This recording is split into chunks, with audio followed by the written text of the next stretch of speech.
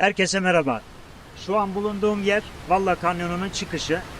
Bu mevsimlerde çok nadir görülen Sorkun Şelalesi'ni görüntülemeye çalışacağım.